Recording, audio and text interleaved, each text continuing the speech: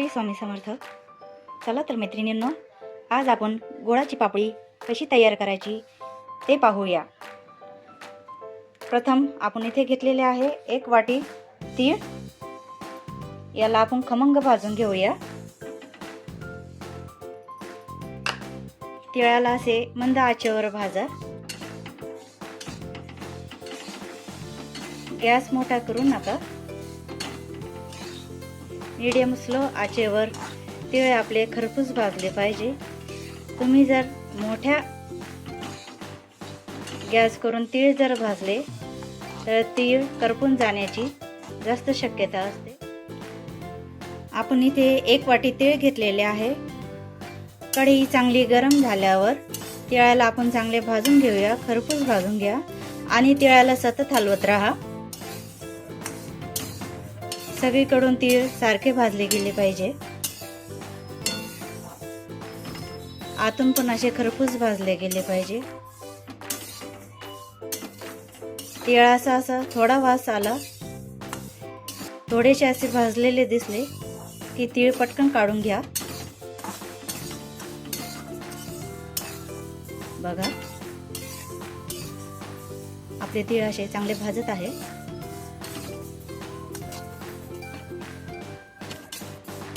तिळाचा असा आवाज यायला लागला, तडतडायला लागले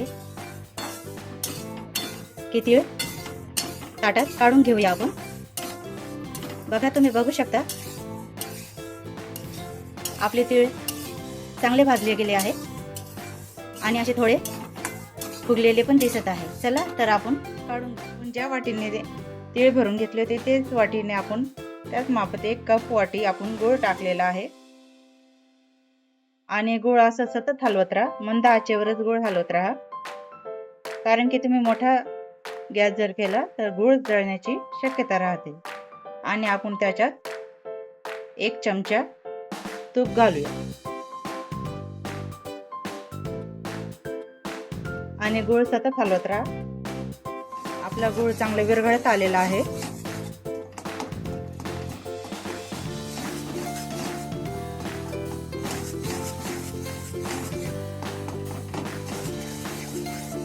गूळ असा नाही की पांढरा घ्यायचा की काळा घ्यायचा, तुम्हाला जो आवडेल तो गूळ तुम्ही घेऊ शकता।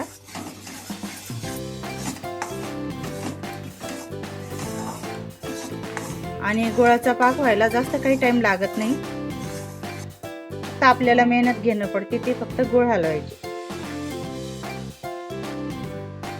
तुम्ही बघू शकता गुळाला वरती फेस येत आहे। आपण आता चेक करून पाहूया।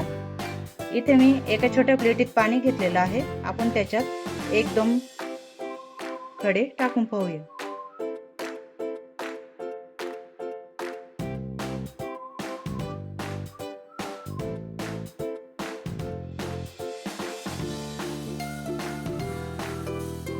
तुम्ही बघू शकता आपला गूळ अजून थोडा पक्का व्हायचा राहिलेला आहे।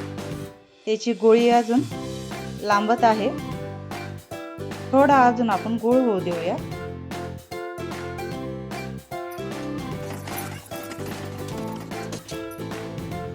तुम्ही बघू शकता। आता आपण परत एकदा चेक करून बघूया आपला गुळाचा पाक पूर्ण पक्का झालेला आहे की नाही।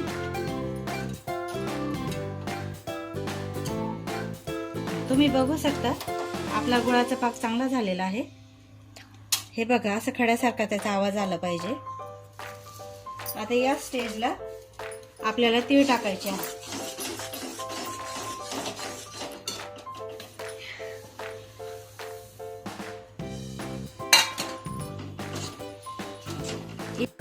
घ्यायचे आहे, कारण की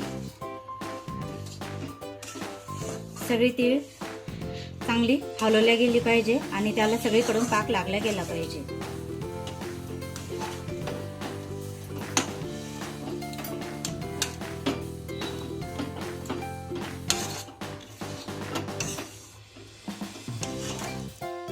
तर आपण इथे एक पोळपाट घेतलेला आहे, त्याच्यावर आपण थोडंसं तूप टाकून घेऊया, जेणेकरून आपली पापडी खाली चिपकणार नाही। तर ही स्टेज आपल्याला पटकन करायची आहे। तुम्ही पोळपाटाला आणि बेलण्याला पण तूप लावून घ्यायचं चांगलं. आता आपण हे सारण सगळं टाकून घेऊया पोळपाटावर. तुम्हाला जशा हवे तशा याच्यात तुम्ही स्टेप करू शकता, लहान मोठे बारीक. तुम्हाला पतली हवे असेल तर तुम्ही पतली पण करू शकता. चौकोनी आकार तुम्हाला गोल हवा की चौकोनी हे तुम्ही तुमच्या आवडीनुसार ठेवू शकता.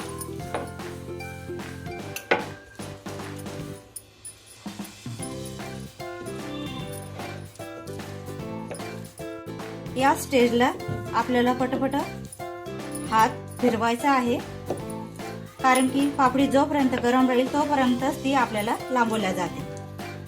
ती थंडी झाली की ती लांबवल्या जात नाही. तुम्हाला जाड पतली जशी ठेवायची असेल तशी तुम्ही ठेवू शकता तुमच्या आवडीनुसार.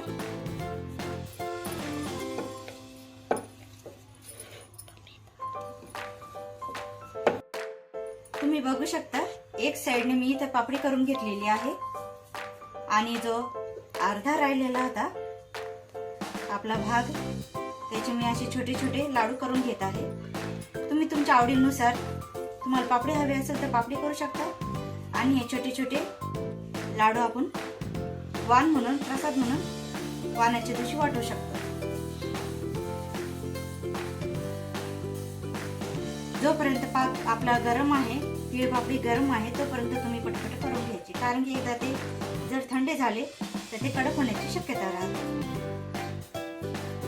हाताला थोडासा तुपाचा हात किंवा तुम्ही पाण्याचा हात लावू शकता.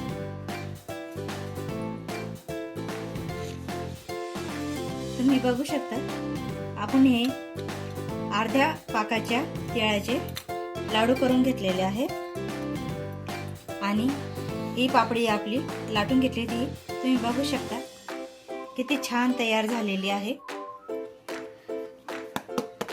तुम्ही आवाजही बघू शकता.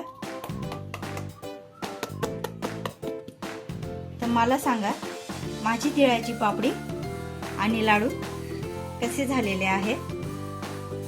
मला कमेंट करा, लाईक करा आणि सबस्क्राईब करा.